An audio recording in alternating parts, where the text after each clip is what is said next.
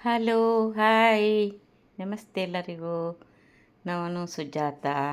ಇವತ್ತೊಂದು ತುಂಬ ಈಸಿ ಆಗಿರುವ, ಹೆಲ್ದಿ ಆಗಿರುವ ಡಯಟ್ ಫುಡ್ಡು ಅಂದರೆ ನಮ್ಮದು ರಾಗಿ ಗಂಜಿ ಮಾಡಿ ತೋರಿಸ್ತಾ ಇದ್ದೀನಿ. ಡಿಫ್ರೆಂಟ್ ಆಗಿರುತ್ತೆ.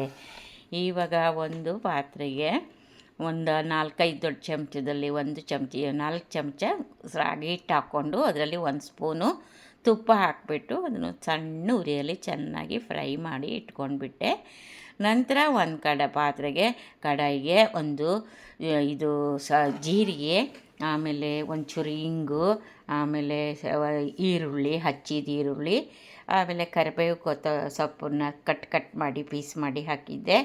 ಹೀಗೆ ಚೆನ್ನಾಗಿ ಫ್ರೈ ಮಾಡಬೇಕು ಸಣ್ಣ ಉರಿಯಲ್ಲಿ. ತುಂಬ ಈಸಿ ಇದೆ ಫ್ರೆಂಡ್ಸ್. ಆಮೇಲೆ ಒಂಚೂರು ಹಾಕ್ತೀನಿ. ಆಮೇಲೆ ತರಕಾರಿ ಹಾಕಿ ಮಾಡಿದರೆ ಚೆನ್ನಾಗಿರುತ್ತೆ. ಕ್ಯಾರೆಟ್ ಚಿಕ್ಕ ಚಿಕ್ಕದು ಹಚ್ಕೊಂಡಿದ್ದೀನಿ, ಬೀನ್ಸ್ ಚಿಕ್ಕ ಚಿಕ್ಕದು ಹಚ್ಕೊಂಡಿದ್ದೀನಿ. ನಂತರ ಇದಿದೆ ಇದು ಕಾರ್ನ್ ಇದೆ, ಅದು ಹಾಕ್ಕೊಂಡು ಎಲ್ಲ ಚೆನ್ನಾಗಿ ಫ್ರೈ ಆಯಿತು.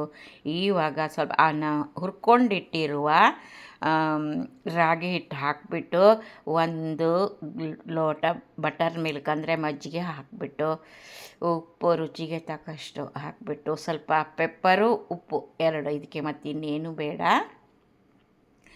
ಒಂದು ಸ್ವಲ್ಪ ರುಚಿಗೆ ತಕ್ಕಷ್ಟು ಚೂರು ಉಪ್ಪು, ಆಮೇಲೆ ಪೆಪ್ಪರು, ತುಪ್ಪ ಹಾಕಿ ನಾವು ಹುರಿದಿರ್ತೀವಲ್ಲ, ತುಂಬ ಅನ್ನುತ್ತೆ ಪೆಪ್ಪರು.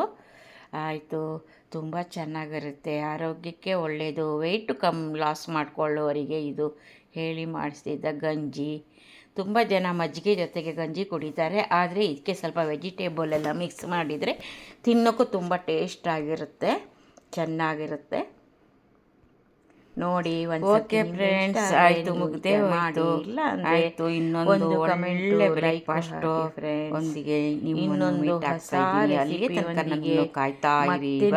ಮುಂದೆ ಬರ್ತೀನಿ.